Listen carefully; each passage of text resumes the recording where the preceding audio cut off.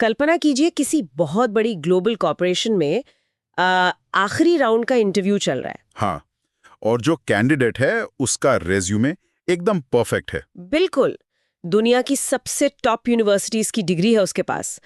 लेकिन तभी कंपनी का फाउंडर आता है और बस एक ही सवाल पूछता है, क्या आप खुद को एक लकी इंसान मानते? और सोचिए, अगर उस कैंडिडेट ने भूल से भी कह दिया कि नहीं, मेरी तो किस्मत ही खराब है, तो वहीं पर उसकी जॉब खत्म। है ना, अजीब बात। पर ये कोई कहानी नहीं है। पैनासोनिक कंपनी के जो फाउंडर थे, कोनोसुके मात्सुशिता, वो सच में लोगों को हायर करने के लिए यही तरीका अपनाते थे। हाँ, मतलब उनका नजरिया बहुत क्लियर था इस बारे में। जो लोग मानते हैं कि वो अनलकी हैं, वो अपनी हर नाकामी का दोष दूसरों पर या हालात पर डालते हैं। सही कहा। लेकिन जो खुद को लकी मानते हैं, वो हमेशा रास्ता निकाल लेते हैं। मुश्किलों में हार नहीं मानते, बल्कि उनका दिमाग सॉल्यूशन ढूंढने लगता है। बिल्कुल, और यही हमारी आज की इस गहरी चर्चा का मेन टॉपिक है। आज हम नोबुको नकानो की किताब लकी पीपल पर बात कर रहे हैं। हाँ, और हमारा मकसद ये समझना है कि ये जो किस्मत है ना, ये आसमान से टपकने वाला कोई जादू नहीं है। ये पूरी तरह से न्यूरोसाइंस और हमारे दिमाग की वायरिंग का खेल है। एकदम सही। अगर हम साइंस को समझ लें तो मतलब हम खुद अपना एक लकी ब्रेन बना सकते हैं। तो चलिए फिर बायोलॉजी और एवोल्यूशन से शुरू करते हैं। बचपन से हमें चार्ल्स डार्विन का वो सर्वाइवल ऑफ द फिटेस्ट पढ़ाया गया है ना? हाँ, कि जो सबसे ताकतवर है वही बचेगा। लेकिन साइंस में एक और बहुत इंटरेस्टिंग थ्योरी है, न्यूट्रल थ्योरी ऑफ एवोल्यूशन। ये कहती है कि हमेशा फिटेस्ट नहीं, बल्कि कभी-कभी सर्वाइवल ऑफ द लकीएस्ट होता है। सर्वाइवल ऑफ द लकीएस्ट, मतलब जो सबसे ज्यादा किस्मत वाला है वो बचेगा। ये तो डार्विन की थ्योरी को एकदम पलट देता है। इसको ऐसे समझते हैं, ओशन सनफिश का नाम सुना है आपने? ये एक बहुत बड़ी मछली होती है। हाँ, देखी है तस्वीरों में। तो ये मछली एक बार में लगभग 27 करोड़ अंडे देती है। 27 करोड़? अरे बाप रे, 27 करोड़। हाँ, लेकिन गेस कीजिए उनमें से आखिर तक कितने अंडे बच पाते हैं? पता नहीं, कुछ हजार तो बचने ही चाहिए। नहीं, सिर्फ 1 या 2। सिर्फ 1 या 2, 27 करोड़ में से? ये तो दिमाग घुमाने वाला फिगर है। अब देखिए, अगर हम यहाँ डार्विन वाला लॉजिक लगाएं, तो क्या ये बोलना सही होगा कि वो जो एक अंडा बचा, वो बाकी 26 करोड़ 99 लाख अंडों से जेनेटिकली बहुत ज्यादा फिट था? नहीं, ऐसा तो हो ही नहीं सकता। बिल्कुल नहीं, वो सिर्फ किस्मत थी। समुंदर की लहरों ने उसे किसी सेफ जगह भेज दिया, पानी का टेम्परेचर सही मिल गया, और उस वक्त वहां कोई बड़ा शिकारी नहीं था। ये सब बस कोइंसिडेंस था। तो क्या इंसानों की जिंदगी भी ऐसे ही रैंडम कोइंसिडेंसेस पर चलती है? मैथमेटिक्स का एक मॉडल है जिसे रैंडम वॉक मॉडल कहते हैं। उससे ये बात बहुत अच्छे से समझ आती है। अच्छा, वो सिक्का उछालने वाला एग्जाम्पल ना? हाँ, बिल्कुल। अगर हम एक सिक्का उछालें, हेड्स आया तो ग्राफ पर एक कदम आगे, और टेल्स आया तो एक कदम पीछे। तो प्रोबेबिलिटी के हिसाब से अगर हम 10,000 बार सिक्का उछालें, तो 5,000 बार हेड्स और 5,000 बार टेल्स आना चाहिए। मतलब एंड में हमें 0 पर ही रहना चाहिए, है ना? लॉजिक तो यही कहता है। लेकिन जब कंप्यूटर्स पर इस मॉडल को लाखों बार रन किया गया, तो ग्राफ कभी भी 0 की लाइन पर नहीं चला। सच में? तो कहाँ गया ग्राफ? वो या तो शुरुआती पॉइंट से 200 कदम ऊपर चला गया, या फिर 200 कदम नीचे। मतलब कभी भी परफेक्टली 0 पर बैलेंस नहीं होता। हमारी जिंदगी का मैथमेटिक्स भी बिल्कुल ऐसा ही है। अरे वाह, ये तो बिल्कुल वैसा है जब हम कार चला रहे होते हैं और अचानक से 4 ट्रैफिक सिग्नल्स ग्रीन मिल जाते हैं। हाँ, एकदम वैसा ही। और तब हमारा दिमाग कहता है, भाई आज तो दिन अपना है, किस्मत साथ दे रही है। लेकिन एक्चुअली वो तो बस ट्रैफिक सिस्टम का एक रैंडम मैथ है ना? बिल्कुल। और इस चीज का साइकोलॉजी में एक नाम भी है। इसको म्यून्स्टरबर्ग इल्यूजन कहते हैं। ये एक ऑप्टिकल इल्यूजन है, जहां सीधी लाइंस भी हमें टेढ़ी दिखने लगती हैं, क्योंकि हमारा दिमाग पैटर्न्स ढूंढने लगता है। मतलब अगर हमारे साथ 2-4 अच्छी या बुरी चीजें लगातार हो जाएं, तो हमारा दिमाग उसे किस्मत का नाम दे देता है। सही पकड़ा। असली किस्मत तो उन अनदेखी घटनाओं का रिजल्ट है जो हमारे आसपास हो रही हैं और हमें पता भी नहीं चलता। जैसे आपने रास्ता बदला और किसी बड़े एक्सीडेंट से बच गए। तो अगर ये पूरा किस्मत का खेल हमारे दिमाग का बनाया हुआ पैटर्न है, तो सवाल ये है कि हम अपने दिमाग की इस वायरिंग को अपने फायदे के लिए कैसे बदलें? इसके लिए हमें दिमाग के केमिकल्स को समझना होगा। हमारे मूड और नजरिए को कंट्रोल करते हैं सेरोटोनिन और डोपामीन। हाँ, डोपामीन से मोटिवेशन मिलती है और सेरोटोनिन से शांति और खुशी, राइट? एकदम सही। लेकिन इनके लेवल को मेंटेन करने के लिए हमारे दिमाग में एक एंजाइम होता है जिसका नाम है मोनोअमीन ऑक्सीडेशन या MAO। MAO, ये क्या करता है? किसी कंट्रोलर या वाल्व की तरह काम करता है क्या? आँख का क्लीन अप क्रू या सफाई कर्मचारी मान लीजिए। ये एंजाइम इन केमिकल्स को तोड़कर साफ करता है। जिनके दिमाग में ये एंजाइम कम एक्टिव होता है, उनके दिमाग में सेरोटोनिन ज्यादा देर तक रुकता होगा। बिल्कुल, और ऐसे लोग नेचुरली ज्यादा खुश और पॉजिटिव होते हैं। उनकी बेसलाइन ही वही होती है। सबसे जरूरी बात यह है कि लकी बनने की शुरुआत अपनी इस नेचुरली मिली हुई बेसलाइन को एक्सेप्ट करने से होती है। मतलब खुद की वैल्यू करना, है ना? और इस सेल्फ वैल्यू का एक बहुत कमाल का एग्जाम्पल किताब में नदीन द रोथशाइल्ड का दिया गया है। हाँ, उनकी कहानी बहुत इंस्पायरिंग है। एक आम परिवार से निकलकर दुनिया के सबसे अमीर और एलीट परिवारों में शामिल हुई वो। और उनकी एक आदत थी कि जब वो घर में अकेली भी होती थी ना, तब भी अपनी चाय सबसे एक्सपेंसिव और खूबसूरत कप में पीती थी। कभी भी किसी टूटे या पुराने कप में नहीं। गाड़ी का शीशा टूटा हो और उसे ठीक ना किया जाए तो लोग बाकी शीशे भी तोड़ देते हैं। हाँ, एग्जैक्ट वही। अगर कोई इंसान खुद की कद्र नहीं करता, खुद को टूटे कप में चाय देता है, तो वो समाज को और अपने अवचेतन मन को, मतलब अपने सबकॉन्शियस को, ये सिग्नल दे रहा है कि उसके साथ बुरा व्यवहार किया जा सकता है। बाप रे, ये तो बहुत डीप है। लेकिन खुद को हमेशा ऊपर रखने और अपने रूल्स के हिसाब से जीने की भी तो कोई लिमिट होती होगी। इस पॉइंट पर किताब में जापानीज और फ्रेंच ट्रेन्स का कंपैरिजन किया गया है, जो कि बहुत इंटरेस्टिंग है। हाँ, जापानीज ट्रेन्स तो अपनी स्ट्रिक्ट टाइमिंग के लिए जानी जाती है ना, एकदम परफेक्ट। वही तो, वहां की ब्लैक कंपनीज में लोग रूल्स को पत्थर की लकीर मानते हैं, लेकिन दूसरी तरफ फ्रेंच ट्रेन्स हैं जो स्ट्राइक्स या और किसी वजह से लेट हो जाती हैं, पर वहां के लोग इस अनसर्टनिटी को लेकर बहुत रिलैक्स रहते हैं। पर यहाँ मेरा एक सवाल है, अगर मैं रूल्स तोड़कर सिर्फ अपनी खुशी और अपने रिलैक्स होने को प्रायोरिटी दूं, तो क्या ये थोड़ा सेल्फिश या स्वार्थी होना नहीं कहलाएगा? देखिए, लगता तो वैसा ही है, लेकिन न्यूरोसाइंस में सेल्फिशनेस और सेल्फ कॉन्ग्रुएंस के बीच एक बहुत पतली लाइन है। सेल्फ कॉन्ग्रुएंस, ये क्या होता है? सेल्फ कॉन्ग्रुएंस मतलब जब आपकी अंदर की इच्छा और आपका बाहर का बिहेवियर एक लाइन में आ जाए। जब इंसान अपनी खुशी चुनता है तो उसके दिमाग का रिवॉर्ड सिस्टम ट्रिगर होता है। अच्छा, मतलब वो खुद से लड़ना बंद कर देता है। बिल्कुल। और जब कोई इंसान अंदर से इतना शांत और सैटिस्फाइड होता है ना, तो उसकी आक्रामकता खत्म हो जाती है। वो दूसरों के प्रति ज्यादा टॉलरेंट हो जाता है और लोग अनजाने में ऐसे इंसान की तरफ अट्रैक्ट होते हैं। यही अट्रैक्शन नए मौके लाता है। ओह, मतलब पहले खुद को उस टूटे हुए कप से बाहर निकालो, अपनी कदर करो, तभी आपका कॉन्फिडेंस अपॉर्चुनिटीज को अट्रैक्ट करेगा। हाँ, और कॉन्फिडेंस की बात करें तो किताब कहती है कि बिना किसी ठोस सबूत के भी खुद को लकी मानना शुरू कर देना चाहिए। बिना किसी ग्राउंड के, बस हवा में कॉन्फिडेंस। क्या इसका कोई साइंटिफिक प्रूफ है कि ये काम करता है? बिल्कुल है। साइकोलॉजी में एक एक्सपेरिमेंट हुआ था जिसे मेंटल रोटेशन टास्क कहते हैं। इसमें क्या करना होता है? इसमें लोगों को स्क्रीन पर 3D शेप्स दिखाए जाते हैं और उन्हें अपने दिमाग में घुमाकर सही ऑप्शन चुनना होता है। अब ट्रेडिशनली माना जाता था कि इस टेस्ट में मेल स्टूडेंट्स ज्यादा अच्छा करते हैं। ओके, फिर आगे क्या हुआ? फिर रिसर्चर्स ने क्या किया कि एलीट कॉलेज की फीमेल स्टूडेंट्स को टेस्ट देने बुलाया और टेस्ट से ठीक पहले उन्हें याद दिलाया गया कि वो किस टॉप इंस्टीट्यूट से पढ़ाई कर रही हैं। और इससे उनके स्कोर में फर्क पड़ा? इतना बड़ा फर्क पड़ा कि उनका स्कोर अचानक से बहुत ज्यादा हाई हो गया। सिर्फ एक सिंपल रिमाइंडर की वजह से? अरे वाह, सिर्फ कॉलेज का नाम याद दिलाने से दिमाग की प्रोसेसिंग स्पीड बढ़ गई। ये कैसे हुआ? क्योंकि उस एक छोटी सी याद ने उनकी सेल्फ इमेज को सडनली पॉजिटिव कर दिया। इसलिए जब कोई जोर से कहता है मैं लकी हूं, तो वो कोई ख्याली पुलाव नहीं पका रहा होता। ये सच में दिमाग के हिपोकैम्पस को एक्टिवेट करता है। और हिपोकैम्पस तो लर्निंग और मेमोरी का सेंटर है ना? हाँ, और इससे डोपामीन बढ़ता है जो प्रॉब्लम सॉल्विंग स्पीड को फास्ट कर देता है। मतलब हम लिटरली अपने दिमाग को हैक कर सकते हैं। और मुझे लगता है लकी लोगों के आसपास रहना भी इस हैकिंग का एक हिस्सा है ना? बिल्कुल। और यहाँ मिरर न्यूरॉन्स का कॉन्सेप्ट आता है।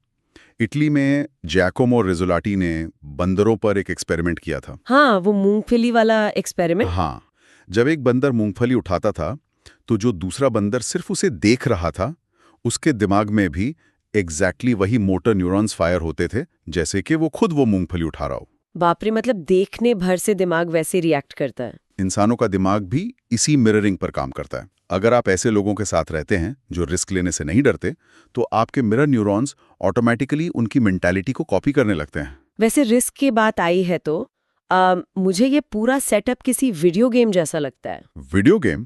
वो कैसे? मतलब सोचिए, अगर मैं कोई गेम खेल रही हूँ और मुझे पहले से पता हो कि मेरे जीतने के चांस 100% हैं, कोई खतरा ही नहीं है, तो वो गेम तो बहुत बोरिंग हो जाएगा ना।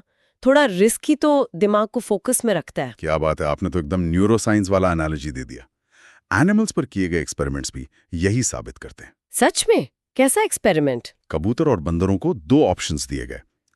एक बटन था जिसे दबाने पर 100% खाना मिलता था, और दूसरा बटन था जिसमें खाना मिलने का चांस सिर्फ 50% था। तो उन्होंने श्योरली 100% वाला बटन चुना होगा ना। जानवर तो रिस्क क्यों लेंगे? वही तो हैरानी की बात थी। जानवरों ने उस 50% वाले बटन को ज्यादा प्रेफर किया। अरे अच्छा, पर ऐसा क्यों?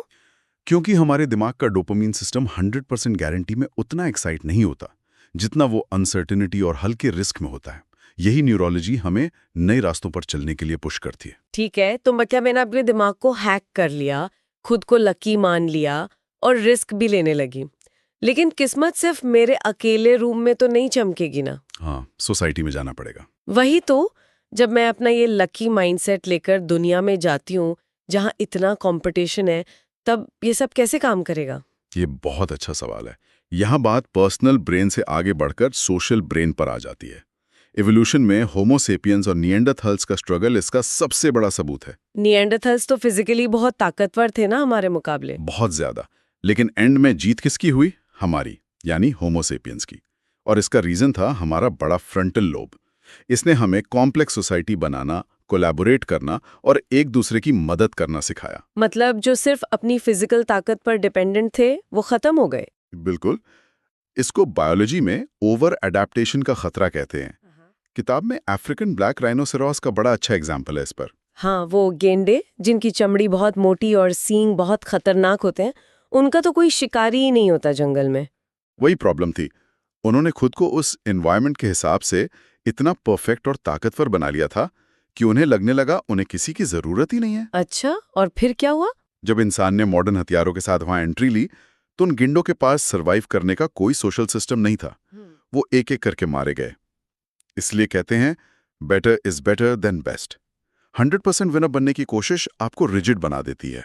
लेकिन आज के कॉर्पोरेट वर्ल्ड को ही देख लीजिए, वहां तो कट थ्रोट कॉम्पिटिशन है। गेम थियरी में भी तो हम यही सोचते हैं ना कि सामने वाले को कैसे हराएं। तो क्या वहां थोड़ा सॉफ्ट या पोलाइट होना हमें कमजोर नहीं बना देगा? ये आम सोच है, लेकिन गेम थियरी का एक बहुत फेमस कंप्यूटर सिमुलेशन इससे बिल्कुल अलग बात कहता है। अच्छा। उस सिमुलेशन में क्या निकला? जब कंप्यूटर्स के अलग अलग प्रोग्राम्स को आपस में एक गेम खेलने को कहा गया, जैसे रॉक पेपर सिजर्स होता है, तो सबसे सक्सेसफुल स्ट्रैटेजी अग्रेशन या धोखा नहीं थी। सबसे सक्सेसफुल स्ट्रैटेजी थी tit for tat. Tit for tat मतलब जैसे को तैसा। पर इसमें पोलाइटली कहाँ से आई? इस स्ट्रैटेजी का रूल ये था कि शुरुआत हमेशा सामने वाले के साथ कोऑपरेशन या सहयोग से करनी है। ओके। और अगर सामने वाला धोखा दे तो? अगर वो धोखा दे तो उसको सजा दो, लेकिन सजा देने के तुरंत बाद उसे माफ कर दो और वापस से कॉपरेशन पर लौट आओ। लॉन्ग टर्म में माफी मांगने और सहयोग वाली यही नीति सबसे ज्यादा फायदेमंद साबित हुई। वाह, तो मतलब हमारा दिमाग भी इसी तरह इवॉल्व हुआ है कि दूसरों के साथ मिलकर चलने पे हमें रिवॉर्ड फील हो। बिल्कुल। पॉल मैकलीन की ट्रायून ब्रेन थियरी इसको बहुत डीपली एक्सप्लेन करती है। उनके हिसाब से हमारा दिमाग 3 हिस्सों में डेवलप हुआ है। 3 हिस्से कौन से?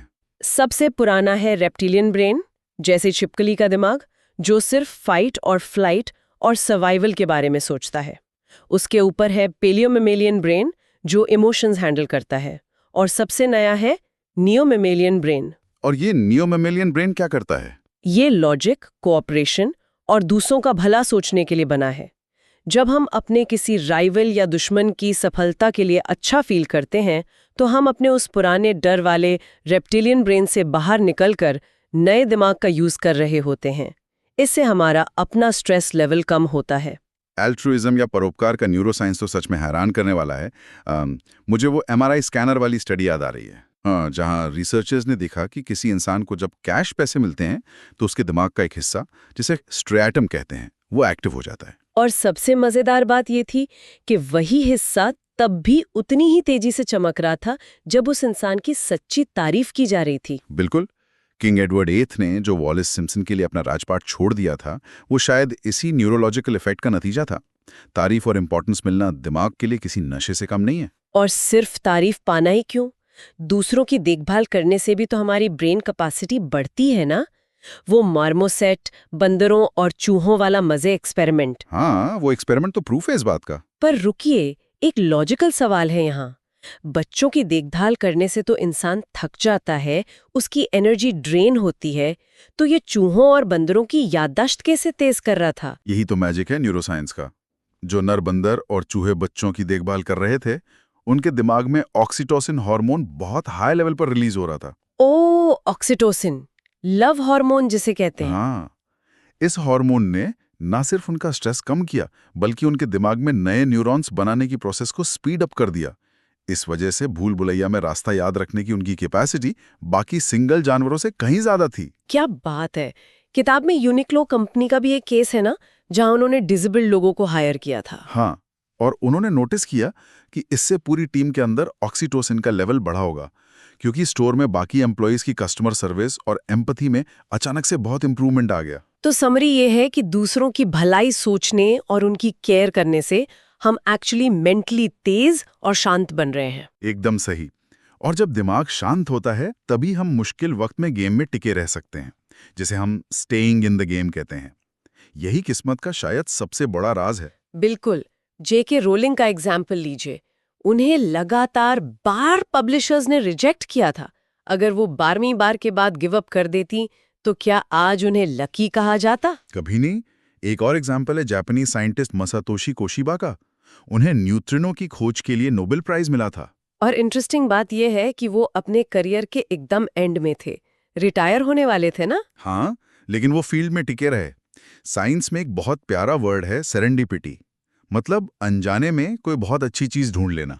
जैसे हिडेकी शिराकावा और कोइची टनाका के लैब एक्सपेरिमेंट्स में हुआ था। हाँ, उन्हें नोबेल प्राइज उनकी लेबोरेटरी में की गई एक मिस्टेक की वजह से मिला था। उन्होंने गलती से कैटलिस्ट की क्वांटिटी 1000 गुना ज्यादा डाल दी, जिससे कंडक्टिव पॉलीमर बन गया। लेकिन उसको हम सिर्फ एक लकी मिस्टेक तो नहीं कह सकते। क्यों नहीं?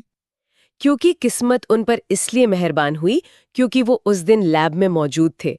वो लगातार मेहनत कर रहे थे, उन्होंने बोर होकर काम नहीं छोड़ा।